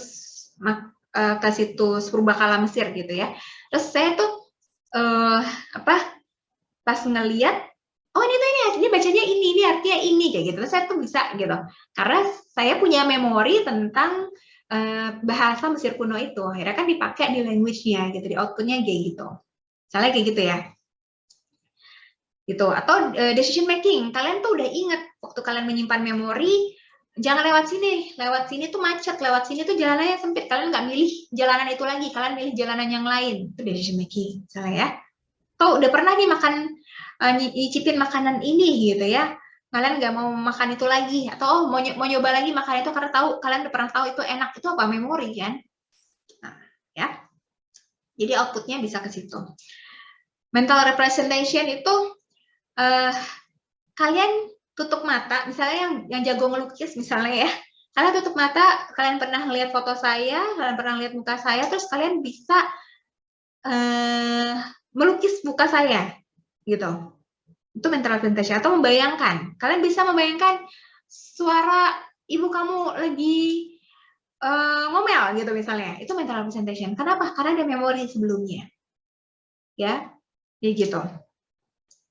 Aroma gitu, kalian sekarang saya suruh ingat aroma durian kayak gimana sih, atau aroma mie goreng, lagi lapar nih kan siang-siang, aroma mie goreng, oh iya, kebayang. Nah itu mental representation. Kenapa punya mental representation? Karena sebelumnya sudah ada memori, sudah ada sistem penyimpanan. Kalau kalian belum pernah tahu aroma mie goreng kayak gimana, kalian disuruh mental representation tentang mie goreng ya tahu, gitu ya. Oke. Nih, ada mie yang baru nih misalnya apa ya, mie rasa ayam pop gitu ya, rasanya gimana ya, kalian nggak bisa ngebayangin, orang belum pernah, saya gitu ya, saya belum pernah makan, saya nggak tahu gimana ngejelasin nih, orang nggak pernah, belum ada memorinya gitu, jadi outputnya ke situ gitu ya. Oke. Nah, cognitive model ini memang agak berbeda dengan behaviorist model, karena kita akan lebih banyak ngomongin behaviorist di psikologi belajar ya. Karena memang bahkan kalau secara aliran kognitif itu agak banyak perbedaan pendapatnya dengan behavior ya, dengan behaviorist ya. Karena memang secara di sejarahnya itu kognitif adalah aliran baru yang semacam membantah aliran behaviorist. Dan karena ada banyak pertanyaan yang tidak terjawab oleh para ahli behavior itu, gitu. Jadi kan behaviorism itu kan menganggap bahwa semua yang disebut dengan perilaku manusia adalah semua yang bisa dilihat, yang bisa diukur, gitu. Nah, kamu lagi makan, ketahuan nih, kamu lagi makan, kelihatan tahu dari mana kan, kelihatan kamu lagi makan. Tapi kamu lagi berpikir, tahu dari mana kamu lagi berpikir, kan nggak kelihatan. Gitu. Emang kalau lagi begini, itu berarti lagi mikir. Siapa tahu bukan mikir, tapi lagi ngelamun aja, atau lagi ngantuk aja, kan nggak kelihatan gitu ya, nggak pasti gitu. Tapi kan kalau makan jelas gitu kan, dia ngambil makanan menggunakan tangannya, terus masukin ke dalam mulutnya ngunyah, ya gitu kan kelihatan perilakunya. Nah, kayak gitu, jadi beda utamanya ya. Jadi mulai kalau menurut behaviorist, awalnya suatu perilaku itu adalah lihat dari stimulusnya, lihat dari rangsangannya di lingkungan gitu ya. Oh, orang mau perilaku makan karena ada rangsangan aroma makanan, ada kelihatan bau makanan, ada kelihatan bentuk makanannya gitu ya dari lingkungan. Terus habis gitu peristiwa di tengahnya, akhirnya dia memakan, terus peristiwa makannya akhirnya kenapa dia terangsang dengan terstimulus dengan si aroma makanan itu gitu, itu nggak bisa kelihatan, nggak bisa dipelajari. Yang bisa kita lihat adalah oh perilakunya adalah dia akhirnya makan, tapi dari stimulus ke respons di tengah-tengahnya itu kita nggak tahu ini ada apa sih sebetulnya, kenapa akhirnya dia mau makan kayak gitu. Behavioris kayak gitu ya. Nah, pertanyaan di tengah inilah yang terjawab oleh kognitif. Ya, inputnya dari lingkungan tadi berupa sensori sensori stimulus ya, tadi cahaya atau bentuknya atau aroma makanannya, itu input dari environment-nya disebutnya input kalau di kognitif, kalau di behavior disebutnya stimulus. Terus proses di tengahnya itu disebutnya mental event. Oh, kenapa dia akhirnya mau makan gitu ya? Karena itu ada peristiwa di mind gitu, peristiwa di pikiran dia, di pikiran individu itu, ya. Dia mengambil keputusan untuk makan, gitu ya. Dia itu pengambilan keputusan itu kan mental event-nya. Terus baru output-nya adalah perilaku dia makan, kayak gitu, ya. Oke. Terus ini sejarah psikologi kognitif. Mulai dari tahun 2000 sebelum Masehi, itu sudah disebutkan oleh Aristoteles bahwa otak adalah tempat pengetahuan disimpan. Tapi dia udah cuma dibilang, kok lo pintar sih Aristoteles, kok lo hafal sih gitu ya. Misalnya dia ada yang pertanyaan gitu, iya soalnya gue menyimpan informasi gue tuh di otak. Dia cuma ngomong kayak gitu doang, tapi kan orang-orang nggak tahu otak tuh apa sih, kayak gimana sih bentuknya, kayak gitu. Gimana cara nyimpennya, itu nggak pernah ketahuan sampai 3.000, hampir 4.000 tahun kemudian ya, di tahun 1900-an gitu,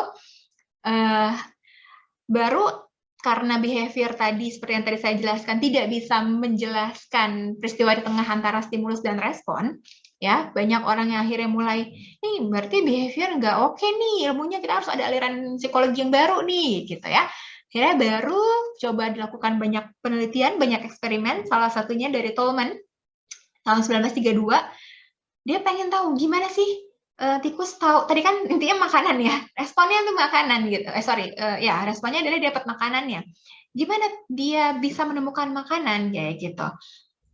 Kok nggak dilatih tikus masuk ke dalam labirin, belum pernah masuk ke labirin sebelumnya, tikus tahu makanannya ada di mana. Dia bisa tuh ngelewatin labirinnya kayak gitu. Wah, berarti ada yang namanya cognitive map. Nah, itu baru teori kognitif itu ditemukan oleh Tolman.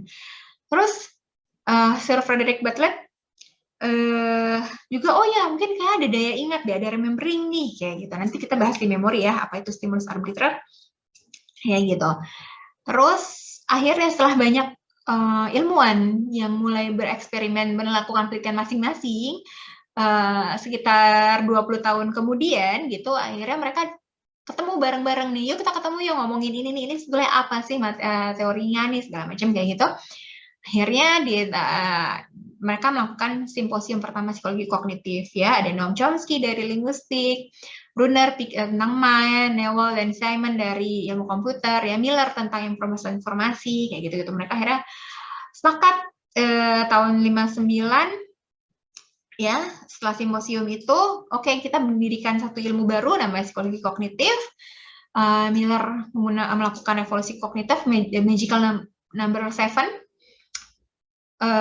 Saya kasih tahu aja deh, magical number 7 itu kalau menurut Miller, individu itu bisa mengingat sekaligus 7 hal plus minus 2. 5 sampai 9 ya. 7 minus 2 kan 5, 7 plus 2 9. Jadi kita maksimal tuh menurut Miller mengingat suatu, ketika misalkan kita diminta mengingat sesuatu maksimal tuh sampai 9 gitu. Tapi ya ini udah banyak kontranya ya. Enggak, kok nggak terbukti, kok bisa aja lebih dari itu gitu ya, gitu. Terus kemudian buku kognitif pertama itu dari Neisser ya, nulis Kalian kalau mau cuman buat koleksi boleh ya. Buku psikologi kognitif pertama gue dapet nih, keren nih, tahun 1960. Tapi kalau itu jadi landasan belajar kalian, jangan ya, karena udah 60 tahun kemudian gitu, 62 tahun kemudian udah banyak sekali perkembangan. Kalau kalian masih pakai itu kayak jadul banget, udah katrok banget lah gitu ya. Kayak gitu. Udah banyak hal yang baru soalnya. Oke. Terus metode penelitiannya. Nah, metode penelitiannya itu tadi saya pernah sebutkan, saya tadi sudah sempat jelasin dikit. Pertama adalah, yang saya jelasin tadi neuroscience ya. Pertama yang paling gampang itu observasi. Misalnya saya cuma ngeliatin kalian, nih ada 4 orang, saya kasih puzzle yang sama, oke, terus kalian semua selesaikan puzzle ini ya, gitu. Saya cuma lihat doang, saya cuma catat-catat doang, gimana kalian, si A tuh, numpukin, puzzle-nya pertama dia harus benar-benar disebar semua, terus dicocokin dulu warna-warnanya baru dimasukin, misalkan gitu. Ada yang ngambil sudut-sudut dulu kayak gitu-gitu ya. Terus ya udah saya catat kayak gitu. Nah, ini agak kurang oke gitu ya kalau kita nggak ini mirip dengan penelitian neuroscience ya. Waktu itu pernah sih saya jelasin, dia harus jangan cuman observasi, nggak bisa cuman kayak gitu, tapi dia harus si partisipannya harus mengumpulkan apa yang dia pikirin. Gue mau ngambil yang ini dulu nih, kayak gitu. Gue taruh di sini, jadi biar kita bisa tahu yang dalam pikirannya kayak gimana. Kalau cuman observasi gitu doang, tetap aja perilaku kayak behaviorist aja, nggak tahu apa yang ada di dalam pikirannya. Jadi partisipannya diminta supaya ngomong ya, kalau mau apapun yang kamu ada di pikiran kamu tuh diutarakan, diomongin. Saya mau ngambil puzzle yang di sudut dulu. Oke, ambil. Ya, dapat nih 1, dapat 2. Itu harus ngomong terus. Gitu, itu direkam. Ya. Terus eksperimen itu bedanya adalah ada kelompok kontrol ya. Nanti mungkin di metode penelitian eksperimen kamu belajar kalau nggak ada kelompok kontrolnya, penelitiannya tidak bisa disebut kelompok penelitian eksperimen. Yang namanya kelompok kontrol adalah kelompok yang tidak diberi perlakuan. Misalnya, paling gampang gini deh, mungkin bukan ngomongin psikologi ya, ngomongin, kalian pasti pernah deh, hampir dari kalian tuh pernah nanam toge ya. Pernah nggak sih nanam toge di rumah atau nanam tanaman apa waktu biologi SMP atau ya kayak gitu? Ini disuruh nanam toge ya, mau melihat pengaruh cahaya matahari gitu ya terhadap pertumbuhan tanaman toge itu ya, kayak gitu. Nah, yang disebut dengan kalau penelitian kalian cuma nanamnya 1 tanaman toge doang, 1 pot doang togenya, terus ditaruh di cahaya matahari, udah di bawah cahaya matahari doang, itu bukan eksperimen. Nah, yang namanya eksperimen, kalian harus punya 2 pot tanaman toge, yang 1 ditaruh di bawah cahaya, yang 1 ditaruh di tempat gelap. Nah, toge yang ditaruh di tempat gelap itu adalah kelompok kontrol. Kalau tidak diberikan IV, IV-nya adalah cahaya kan, independent variable-nya. Satu kelompok yang tidak diberikan si IV-nya dibandingkan dengan kelompok yang diberikan IV, jadi kelompok kontrol dengan kelompok perlakuan gitu, ada bedanya nggak? Tanaman yang di tempat gelap dengan di tempat terang, ada bedanya nggak pertumbuhannya? Kalau ternyata ada bedanya, baru kita bisa bilang, yes, cahaya matahari berpengaruh terhadap pertumbuhan tanaman. Kayak gitu. Itu eksperimen. Jadi harus ada 2. Kalau nggak ada 2 kelompok, ya, berarti bukan eksperimen. Ya gitu. Oke, paham ya? Terus neuroscience yaitu tadi dihubungkan dengan alat-alat MRI ya, direkam gitu kan, kerja otaknya pada saat main game kayak gitu ya, pada saat dia decision making kayak gitu-gitu, atau dia problem solving, atau dia memasukkan memori kayak gitu-gitu. Nah, itu direkam terus kita bisa lihat bagaimana gelombang otaknya kerja. Nah, itu neuroscience. Oke. Waktunya udah habis ya sebetulnya. Kita sampai berapa sih? 12.20 apa 12.40? 12.40 ya? 40 ya? Iya, Mbak. Oke, sorry, berarti belum habis ya. Terakhir adalah, kita punya 15 menit. Ada game sebetulnya, tapi ada bingung dulu nggak? Atau ada yang mau nanya nggak? Saya buka sesi pertanyaan dulu deh. Takutnya saya kecepatan tadi ngomongnya.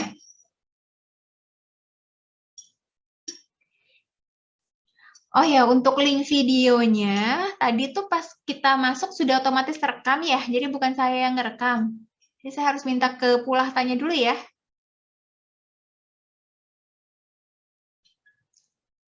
Gitu.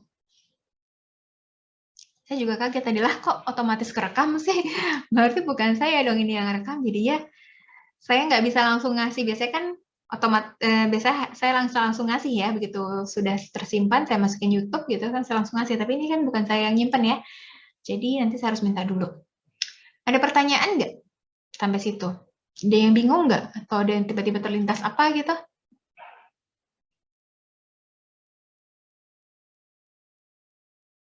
Nggak ada? Ya udah. Oke, kita masuk ke games. Ini games pertama adalah memori, ya. Kalian chat nama, nama aja deh, namanya 2 kata ya minimal ya. Nah, kalau nggak mau panjang nama, terus pasti jawabannya kalian ya. Nanti saya yang jawabannya benar saya kasih bonus nilai tugas mandiri. Tugas mandiri dulu deh, ya. Siap? 1, 2, 3. Ini memory games. Pasangkan misalkan 1A, 2B gitu ya, misalnya kayak gitu ya. Pasangkan gambar dengan memori, kalau bisa jangan nyontek ya. Ini ada di uang yang mana, ini ada di uang mana, gak usah nyebutin namanya. Oke, bisa? Terus jawabannya di chat. Ini nomor 1, nomor 2, nomor 3, nomor 4, nomor 5, nomor 6, nomor 7. Uangnya 50.000, 20.000, 10.000, 5.000, 1.000, 20.000, 100.000. Silahkan.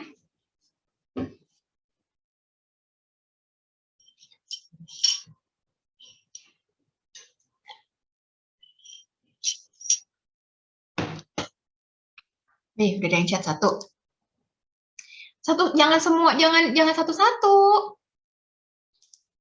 Yunita, 1A, 2B gitu, Yun.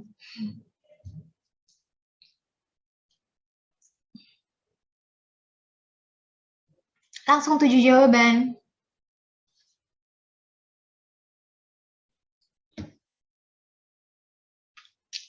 Oke. Jangan satu-satu ya, Sani ya sayang ya.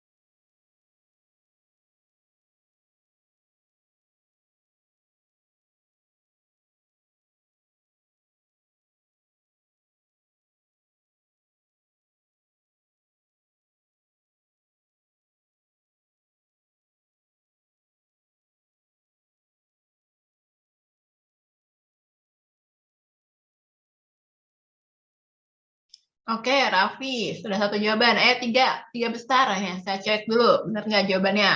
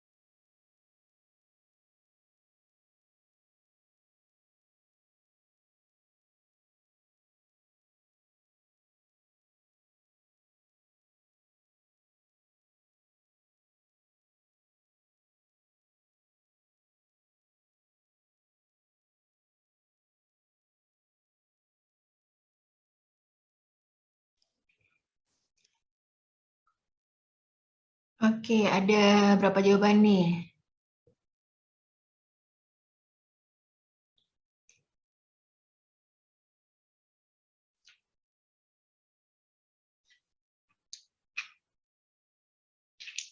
Zulfan,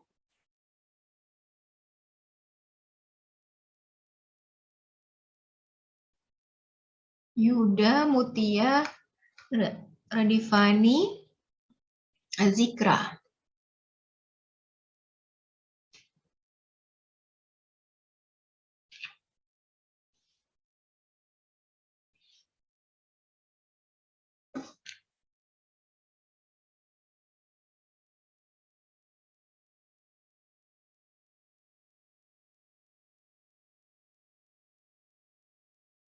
Oh.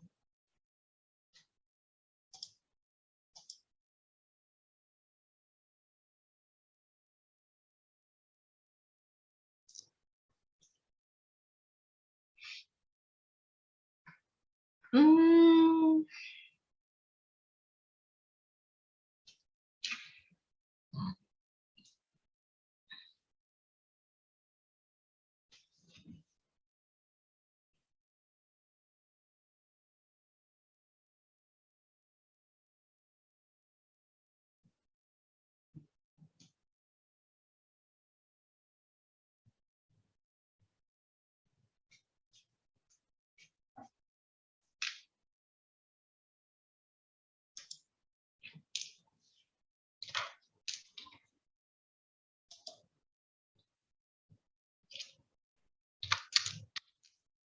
Oke. Sudah? Saya lagi cek ya. Oh ya, 2014. Oke, bentar. Saya gedein aja deh.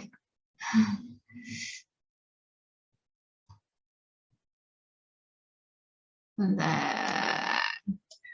Oke, untuk 14 ini stop dulu ya. Oke, sampai sini ya. Oke, jawabannya ini. Berarti, benar, saya coba cek dulu. Jawaban Zulfan benar semua. Ya, wah Zulfan ini ya, keren ya. Hafal duit-duit ya. 1G, 2D, 3E, 4A, 5B, 6C, 7F. Ya. Yuda, 5-nya kok belum dijawab ya. Yuda salah satu karena 5 belum dijawab. Mutia 4A, 5B, 6C. Ya, Mutia juga benar semua. Radifani benar semua. GDE, A, B, C, F. Azikra benar semua. Syaza juga. Aurelia, GD, E, A, B. Oh, B-nya panjang banget ke sana ya. CF. Oke, Aurelia benar. 1G, 2D benar. 3E, 4A, 5B, 6C, 7F. Elna benar semua. GDE, A, B, C, F. Sani juga. Oh ya, benar juga ya. Harusnya direct message ya. Supaya nggak nyontek yang lain. Oke, pinter. Oke. GDE, A, B, C, F. GDE, A, B, C, F. Haikal, GD, G, D, E, A, B, C. Ya, Farida juga. Kamila benar. Syifa, G, D, E, A, B, C, F. Yes, Syifa juga benar. Sabrina, ya benar. Oke, berarti saya catat dulu. Tadi yang pertama, berikutnya kayaknya ini aja ya, DM ya. Tapi ada yang agak ini sih. Raffi, GD, Hana, oh Hana salah ya sayang ya. Hana salah berapa tuh Han? 1 salah. 2 salah. 3 salah. 4 salah. 5 salah. 6 doang yang 6 sama 7. Hana benar 2 ya. Hana benar 2. GDE AB. Oke, Anita.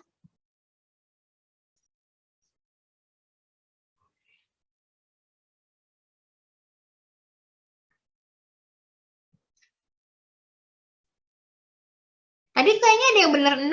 Kok hilang jawabannya?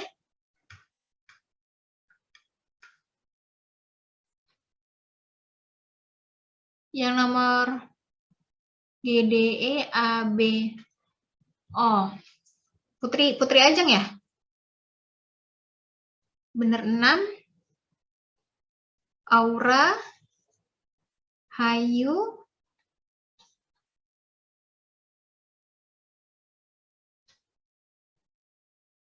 Syarifah, Ametis, Inesa, Hana nyoba lagi ya. Oke. Rata-rata ya Hana nilainya ya. Oh, ini dia nih. Yuda bener 6 ya. Mutia, Radifani, Azikra,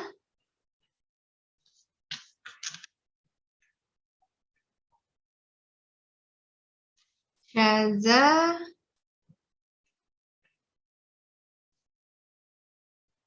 Aurelia,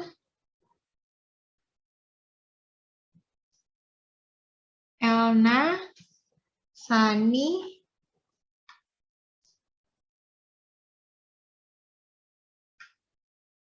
banyak ya. Sani, Elna, Fayeza, Dafarel, Haikal, Farida,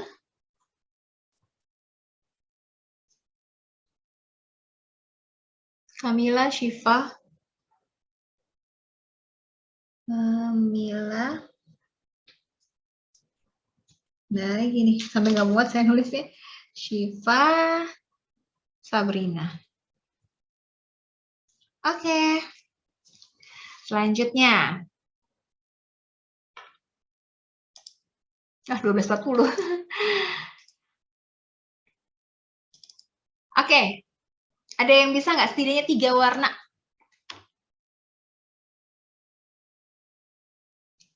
3 warna aja, nggak usah 12. 3 warna. Ini apa aja?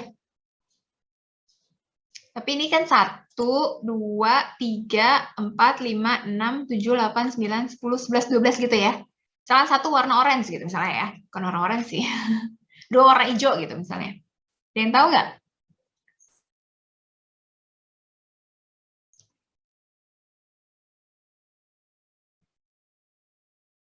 Gimana, Mbak?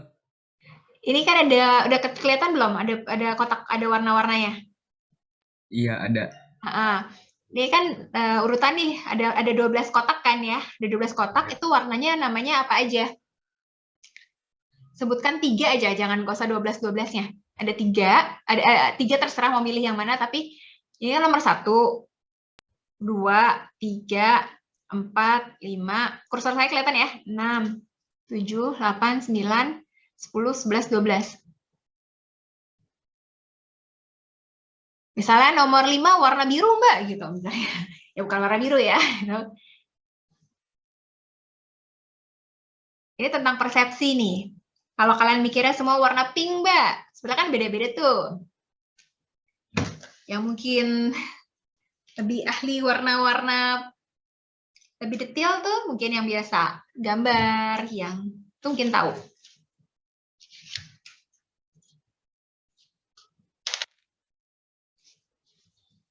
Ada yang tahu? Saya batasin 3 orang aja nih.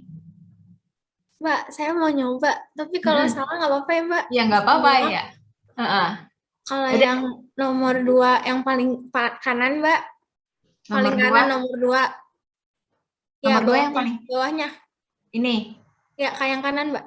Ini. Ya, Heeh. ini pink rose. Nggak tahu Pink benar rose. nggak. Ya, Hmm. terus yang bawahnya, Mbak, itu hot pink. Terus? Sama yang bawahnya lagi,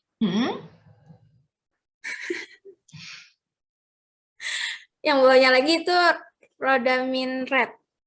Rhodamine red. Oke. Ada yang lain mau nyoba? Ingetin ya tadi Aurelia ya, ini pink rose, kalau menurut Aurelia ini hot pink, ini rhodamine red.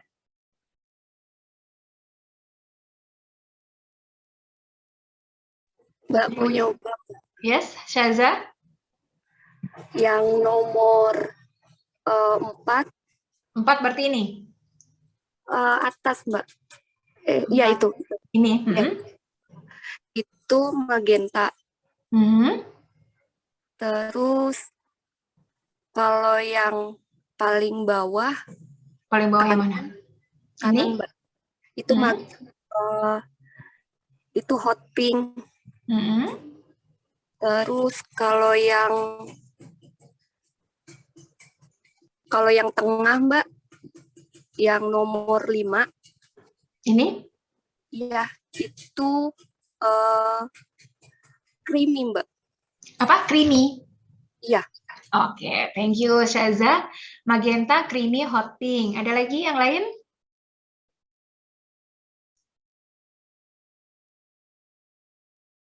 Terus saya kasih bocorannya? Benar gak ya? Oke, ini bocorannya.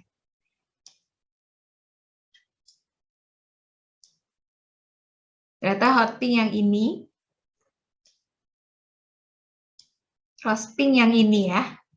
Gitu, agak salah semua ya. Ya, nggak apa-apa. Jadi ternyata warna-warna pink, ini magenta yang ini, yang bawah ini fuchsia. Ya. Gitu. Oke, nggak apa-apa kalian nyoba. Ternyata warna pink ada banyak warnanya ya, gitu. Nah ini sebetulnya video sih, tayang nggak ya? Gimana sih cara? Oh ini. Oh nggak bisa kalau saya.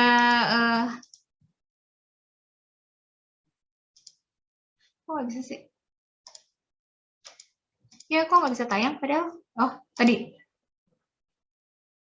Media unavailable.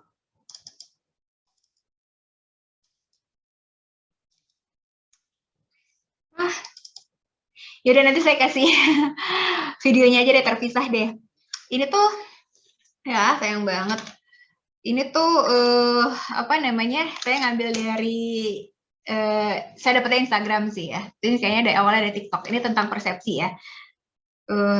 Ternyata ini kan kalian misalkan ngelihat si orang ini megang kayak warna biru ini, mungkin kalian akan mikirnya wah ini muatnya di sini ya, yang ini doang, yang bawah doang. Tapi ternyata muat dua-duanya loh. Ini permasalahan persepsi ya.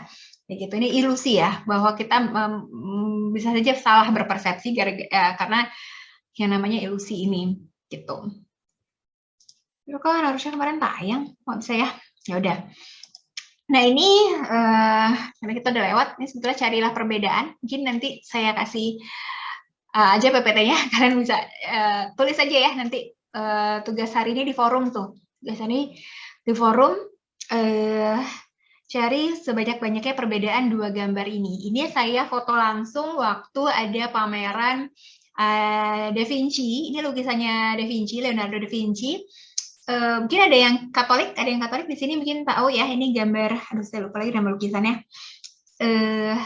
Gambar lukisannya Da Vinci tentang Bunda Maria, Yesus. Ini siapa? Yohanes ya, Yohanes sang penginjil ya. Itu, nah ini dilukis oleh Da Vinci itu memang dua versi, gitu. Ya, kalian bisa lihat bedanya. Nanti tulis perbedaannya apa aja, gitu ya. Oke. Terus ini kan nanti kalian dapat ya PPT-nya tuh kalian udah dapat ya. Kalian screenshot bagian yang ini terus cari jalannya. Kalian foto. Kalian hasil screenshotnya kalian udah pakaiin jalannya yang mana? Ini startnya dari sini. Ini startnya yang ini ya, bawah, kiri bawah, N-nya kanan atas di sini. Kalian masukin di forum juga ya. Tuh. Terus ini, oke, ini terakhir nih. Ayo, yang ini mana yang menjadi gambar puncuk piramid ini? Nomor berapa? 3, Mbak. 3, Mbak. 3, oke. Siapa aja tadi yang jawab? Raffi sama Yuda, Mbak. Yuda. Oke, wih Raffi sama Yuda keren nih. Udah mulai panas ya tahun ini ya. Oke. Terus kok bisa 29 kurang 1 sama dengan 30? Gimana caranya? Ada yang tahu?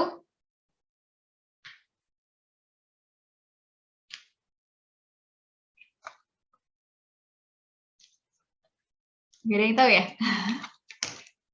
Kalian gak ada yang pernah ngikutin Instagramnya Papa Zidane apa tuh? Oke, caranya adalah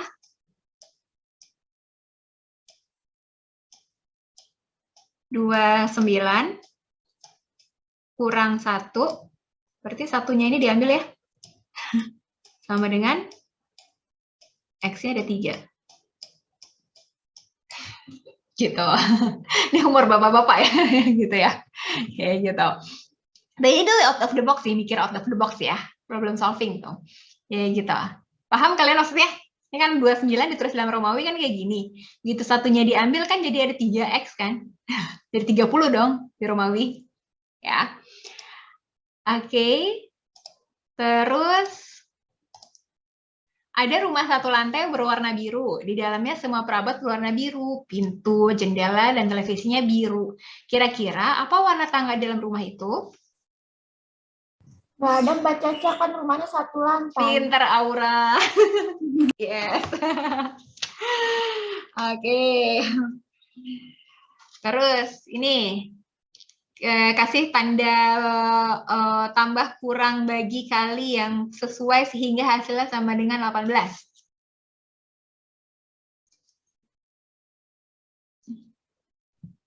Tambah sama kali bukan, Mbak? Gimana caranya? Tambah di mana? Kali di mana? 8 sama 2 itu yang tambah. 2, nah yang kali itu 2 sama 5.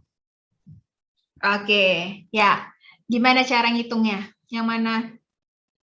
Kalau 8 tambah. Jadi kan 2 dikali 5 ditambah 8. Pinter, yes. Ya, kayak gitu ya Haikal ya.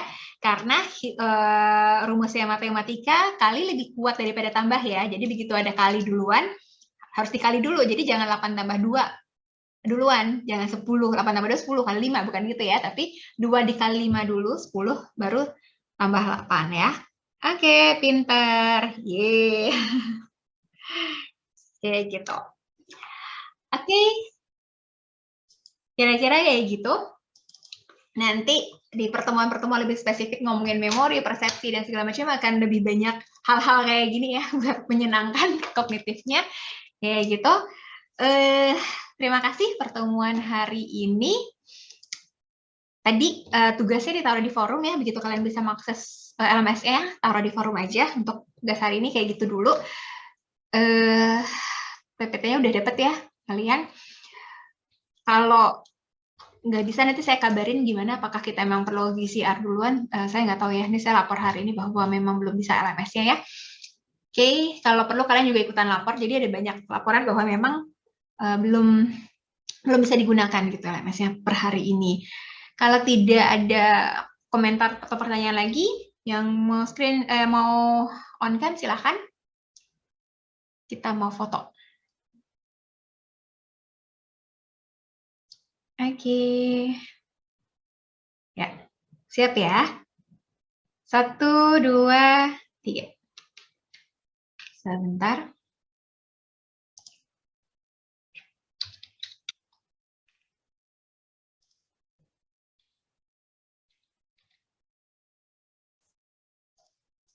Oke, yang kedua. 1, 2, 3. Oke, thank you semuanya atas kehadirannya hari ini. Sehat-sehat, kita ketemu Senin depan ya, materi pertemuan kedua. Untuk selanjutnya nanti akan kita komunikasikan di WhatsApp grup dulu ya, sementara LMS-nya belum bisa. Ntar kalau udah bisa laporan juga nanti bisa dimasukin ke situ ya. Oke, terima kasih semuanya. Assalamualaikum. Waalaikumsalam. Terima kasih, Mbak. Ah. Terima kasih, Mbak.